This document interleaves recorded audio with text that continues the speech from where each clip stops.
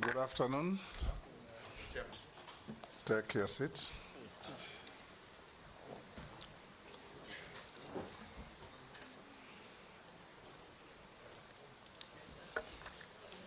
For the record, you are Honorable Justin Bedan Joka Muturi, EGH. Correct, Mr. Chairman. Honorable members, this is our second last nominee in this band, and the second last for today as well. Honorable Muturi, welcome to this committee. You are no doubt on familiar ground. This is a committee on appointments to engage you to assess your suitability for the office to which His Excellency the President has nominated you as Cabinet Secretary for Public Service, Performance and Delivery Management. Honorable members, before we do anything, I'll declare my interest. The nominee was my classmate, was my roommate at the University of Nairobi.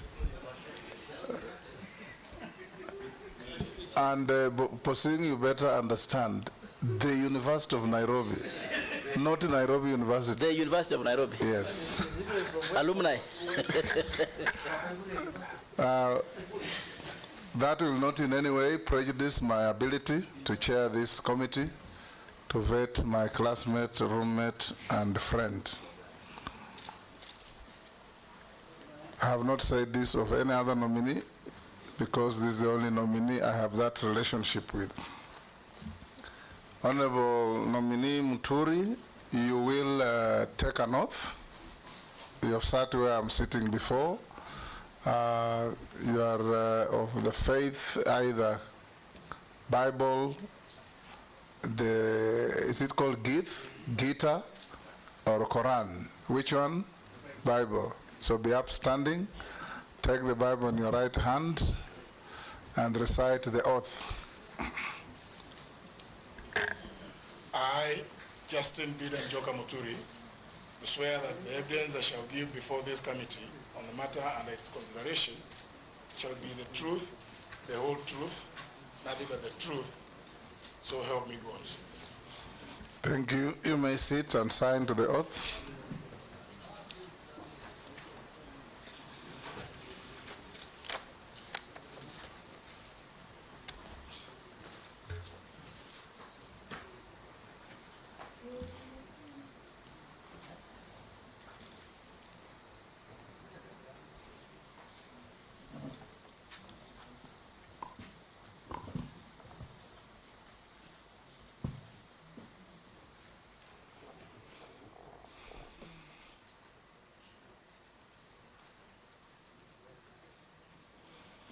Although you are Speaker Emeritus, for purposes of these proceedings, you will be referred to as nominee.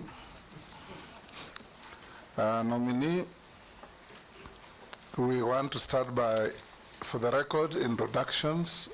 I'm the Speaker of the National Assembly, Chairman of this committee. On my right is my deputy, the Deputy Speaker, Gladys Boss. On my left is Sarah Kyoko, our Deputy Clerk. I'll invite all members to introduce themselves for the record. Naisula Lesuda, MP Samburu West. Kimani Shogo. Junet Mohammed. The two speakers, Nelson Koech. Kosi. Karia David. Mary. Emase Mary, Teso South. Abdul Rahim Dawood, North Imenti Meru. George Gitonga Murugara, member Tharaka. Owen Bayer, member Kilifi North.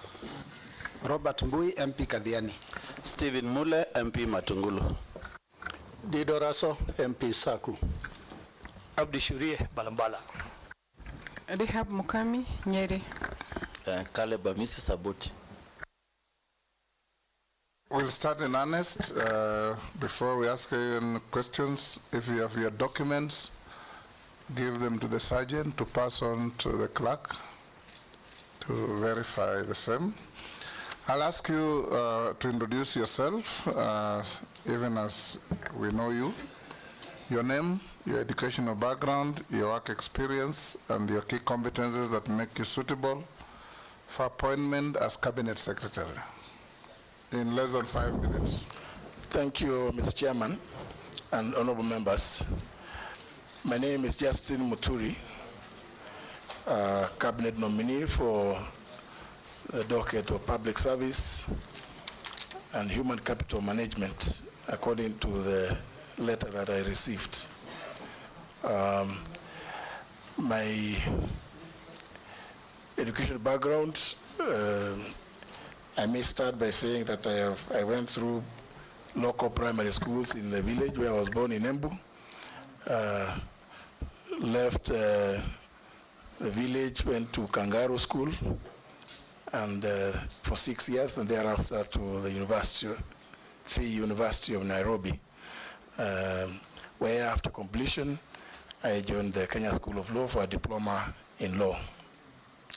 Straight from the School of Law, I was employed as a magistrate, and I served in various parts, including but not limited to Bungoma, and all the courts within Bungoma and Busia, then districts, now counties.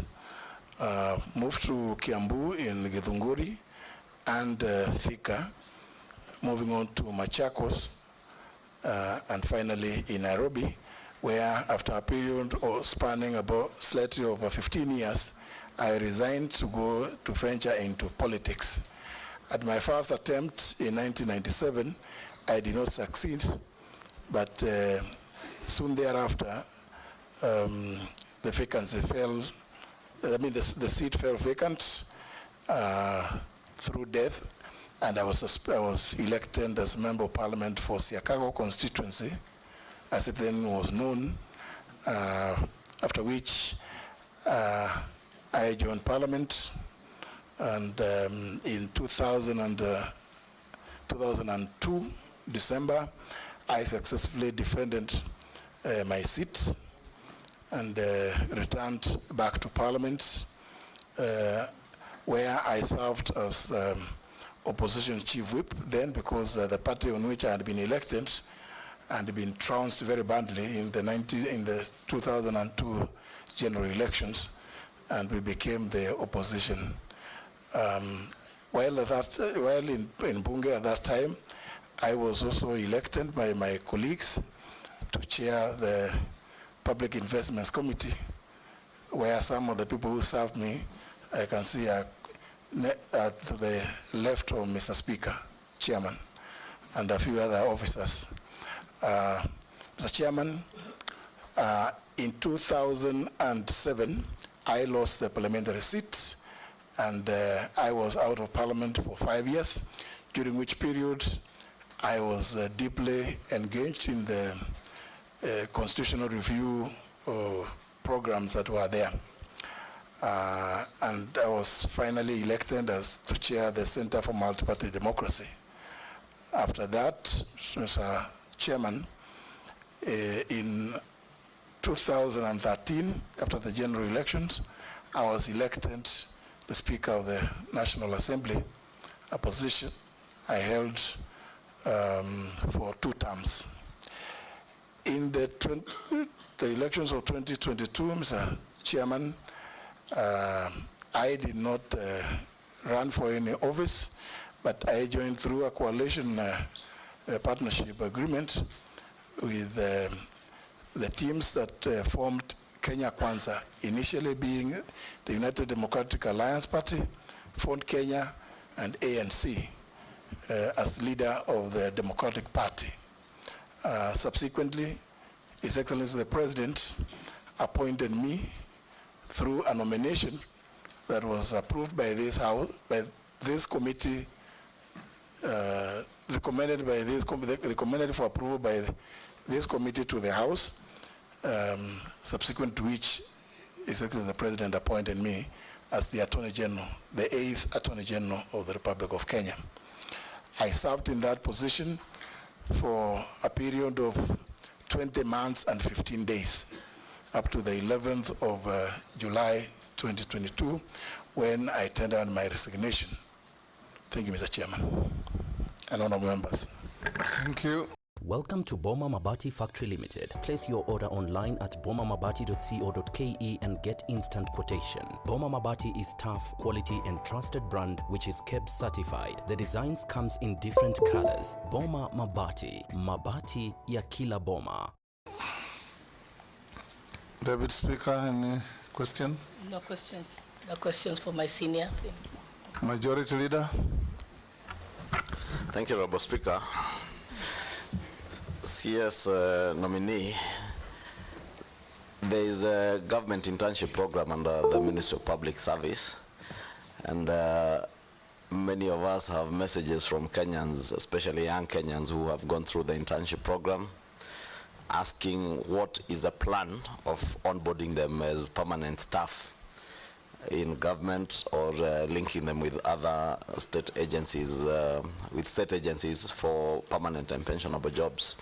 And we'd want to hear what plans you have, should you be confirmed into that docket, to make sure that that internship program not only helps the youth to gain experience, but also helps them to get linked to actual permanent and pensionable jobs. Nominee. Thank you, Mr. Chairman. Thank you, Leader Majority, for that question. Indeed, I want to confirm to this committee and to Kenyans that I have also received well over close to 300 such messages from those interns, the young Kenyans who have gone through that program, which was initiated, I believe, with the very best of intentions. But unfortunately, I think the implementation has faced some challenges because young Kenyans have been taken through the program, posted into ministries, but after 1 year, they find themselves back on the streets. Indeed, it is a very challenging thing. Mr. Chairman, my personal view about this program of internship, before I come to say what I think should be done, is that it should be changed to not just a public service commission internship program.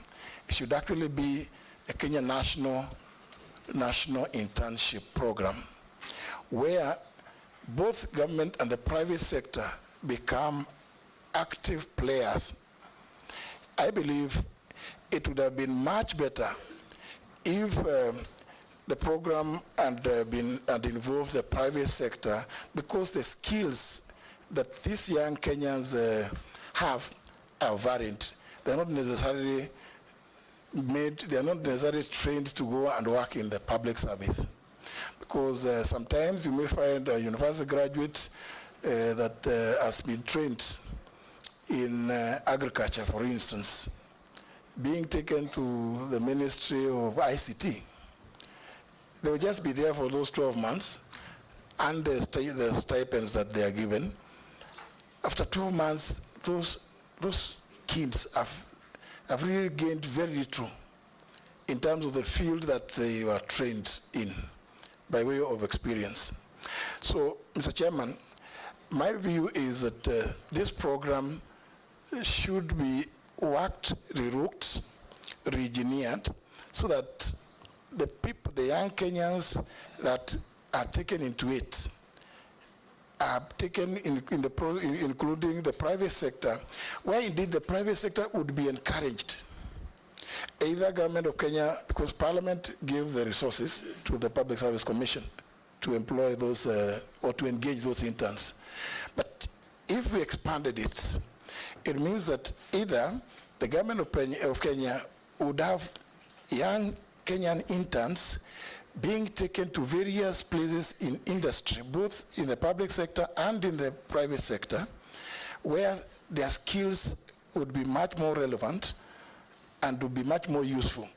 And thereafter, either it can be agreed that government will pay for continue paying their stipends, or in the alternative, those private sector players to whom the interns would be attached would be given some incentives, and indeed, perhaps if we did that, we could find that we could actually attract more Kenyan youth in the internship program than the current numbers that we take today.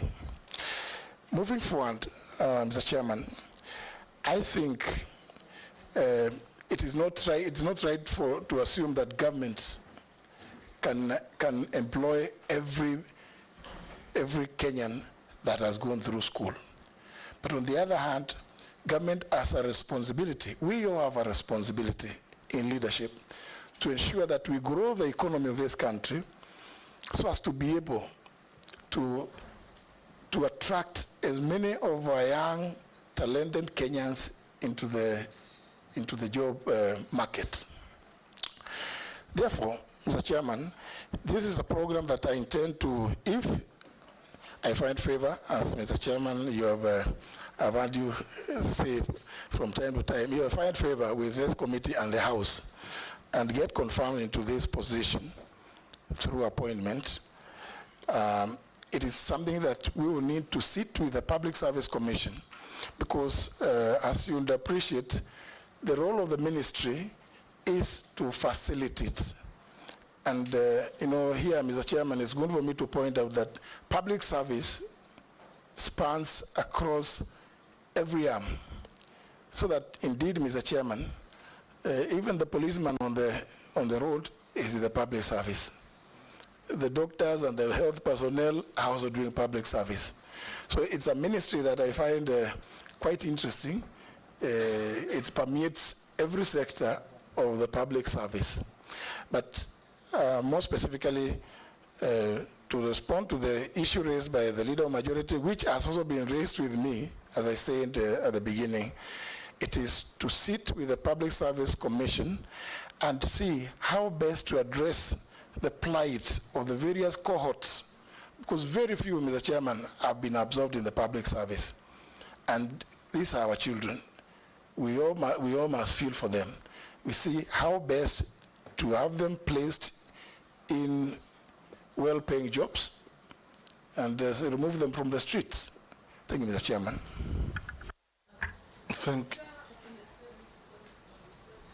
Most people are afraid to take the first step towards their career.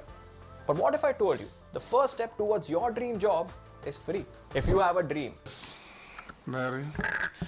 Thank you, Chairman. Nominee, Kenyans, with respect to the same issue of internship, Kenyans want to know the fact that the outgoing CS did suspend ongoing and any new recruitment.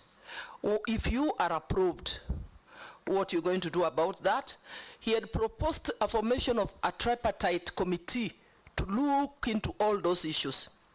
And they are also saying the public servants, the aging, the public service is an aged lot. And so in the interest of succession planning, what are you going to do if at all you are suspending recruitment?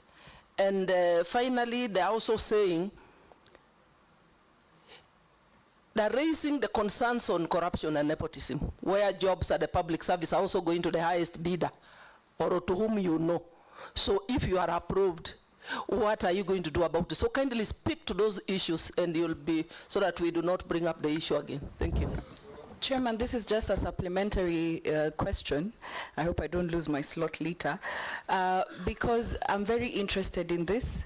We're going to third reading of a bill I have sponsored on the public service internship. And I agree with you what you have said. We actually consulted a lot on the private sector, but we realized it needs further engagement on issues to do with private sector because incentives and all that. But now, the direct question that the young people are asking, and they have told me, without that amendment in your bill, in the third reading, by the way, you can stay with your bill. They're saying there has to be provision of them gaining full employment after the internship. Because they're saying otherwise, if that is not there, the government and other entities are just enjoying cheap labor. And then they go back, as you have said, after 1 year. And so it is good to be honest Because I know later you'll be told it's budgetary issues. You can commit here and then later you say there's no money. So the young people just want an honest answer whether they will be employed after their internship. And the last thing just on that, Chairman, is that the last question, I agree with you also on one thing. Public Service Commission, and we engaged during the public participation. Internship is not a preserve of the Public Service Commission. The Parliamentary Service Commission also takes interns, the Judicial Service Commission, other commissions in TAC, which actually has a good practice where they have a merit list. So instead of advertising again for new people to get full employment, why don't we have a database of the ones who've done internship, and they be given priority when it is time for employment, and they create space for others to get internship? Mr. Chairman, can I? Thank you, Mr. Chairman. And through you, Mr. Chairman, I want to respond to the issues raised by the member for Teso South, the Honorable Mary Amase, where she raised the issue of a circular. And let me first of all say that I haven't come across any such circular. It was a pronouncement which I think has not been secularized. The issue that I'm aware of is that of course, which every one of us is aware, is the issue of the austerity measures being implemented currently, which have necessitated some temporary or sort of a moratorium on recruitment. It is not that it has been stopped. So it's not, I don't think that it's right for us to say that there's been a circular. There hasn't been any, because I've gone through, it's an issue that I was addressing when I met with the senior staff of the ministry. Mr. Chairman, the issue of aging staff is true, and this also speaks to the question of succession planning. And I think it is right to point to say that something somewhere has gone wrong within the HR department, the human resource area, because it is true, Mr. Chairman, you find, I don't know members, you find that some very, very senior people in the public service, the people that deputize, and they are almost exiting the service, but the people deputizing them are so lowly placed. I think that that is a mistake that must be corrected immediately. And it's a matter of us having to engage properly with the Public Service Commission, because people are all over. But some certain things which I believe maybe we will have occasion to discuss later, the issue of training, on-job training, seems to have taken some back seats. And that is where the problem of aging staff, people wanting to remain without people sufficiently well prepared and trained to take over their positions. I think it is a mistake. It needs to be addressed as soon as possible. The Honorable Mary Amase, through you, Mr. Chairman, did raise the issue of corruption in recruitment. Mr. Chairman, this is, I think, a thorn in all areas of, most of the publics in the entire gamut of public service recruitments, because there's a lot of opaqueness. Positions are advertised. When people are long listed, you see names, then they are shortlisted, then you don't know what the process is that happen thereafter. And connected to this, Mr. Chairman, is if you read the Article 232 of the Constitution on the mandate and functions of the Public Service Commission, among others, is to ensure efficiency and effectiveness in the public service. And the other value and principle is the diversity of Kenya, diversity among regions and communities. It is a value that is embedded in that Article 232. But, Mr. Chairman, you and I will know sometimes it's very difficult, and we have seen reports that have been published that really show skewed, very skewed, situations about how many people, how many civil servants are in which area. And Mr. Chairman, I'm not blowing my trumpet, but I want to tell the country and this committee that while I worked here, we had occasion to, first of all, before making placements, to indicate, first of all, to get to know how many people already are in service and from which counties, so as to ensure that those counties that do not have representation here, even through affirmative action, get the chance to work at this premier institution, national premier institution called Parliament. Mr. Chairman, in addressing this issue, these are some of the practices that I would want to suggest to the Public Service Commission to employ, because every part of Kenya deserves a chance to serve in the public service. Mr. Chairman, I have sympathy with what the Honorable Lesunda, through you, has been told by the young people as she was processing her bill. Mr. Chairman, we must say this without feeling shy about it. It may not be possible for the public service, indeed not just me, it cannot be possible for the public service to employ every Kenyan that goes through the training. But it is the duty of government to ensure that we have policies and programs that make it possible for the economy to absorb those whom we train in our various institutions of higher learning and others. So it's an altruism, and I think I want to agree with the honourable member that I don't want to be visited by, to be haunted by nightmares. If I give a commitment here that we will absorb, Mr. Chairman, we may not be able to, but we have to look for ways of ensuring that those that have been taken through the process finally find some placement one way or other. There are various options available. Thank you.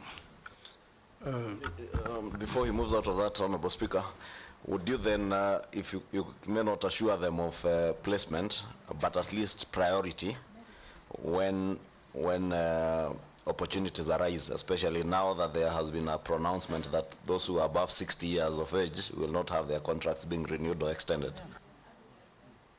Actually, I had noted the issue of priority, that yes, and I think we must take a lead from what the President said the other day when he was at a pass-out parade for the NYS recruits, when he suggested to the Kenya Defense Forces and the National Police and other security agencies that please, when you're recruiting, because the people that go through the NYS first of all get a 6 months paramilitary training.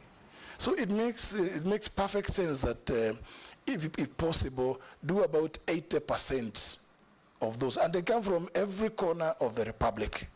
So even in respect to these interns, I think we should give priority when it comes to absorption to those that have gone through the program. Thank you. Junet. Thank you, Mr. Speaker.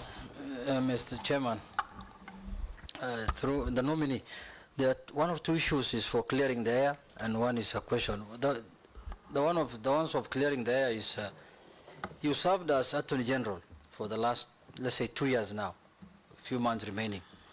The issues that came that people were not taking your advice, whether they were legal or they were non-legal, I don't know, but your advice, which I assume they were legal. Could you touch on that matter? And then the other issue is when you were working at the Attorney General. Which people? He was not advising people, he was advising the government. Yeah, I'm saying. So be specific with your question. No, I'm saying there was accusation, they were statements out there saying that your advice was not being taken. There was a statement out there in the public domain that your advice was not being taken. So the advice could be taken by the government people in whichever capacity they are serving. Then secondly, the issue of when you are running the office of the Attorney General, there were issues, I found that one in Parliament, between your office and the Public Service Commission in terms of recruitment of that office. And now you are going to be working with them in terms of policy, you will be in charge. How will you take care of that? Then my last question is, the president, when this uprising happened the other day, one of the statements he issued was that people who have reached the age of 60 years must leave the civil service. But there are people who are 60 now and still working. They have contracts that are running. Now, and that is the way we can bring up the youth into the system when you create space for them. So what do you think you will do if you get favor with this committee and you are appointed? Will you create that space for the youth so that these people who have clocked the age of 80, they should leave, that they leave the civil service? Because they have 60 and not 80. No, I didn't say 80, 60. No, you people, I know why you're saying 80, but I said 60.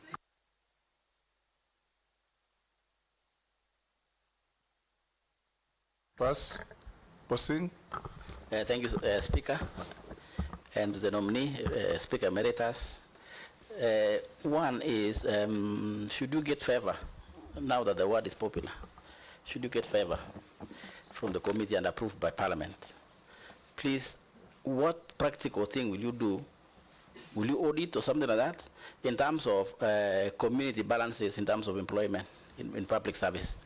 Because that item, although the Constitution prescribes Honorable Speaker Emeritus, but it's being abused. Nobody follows completely.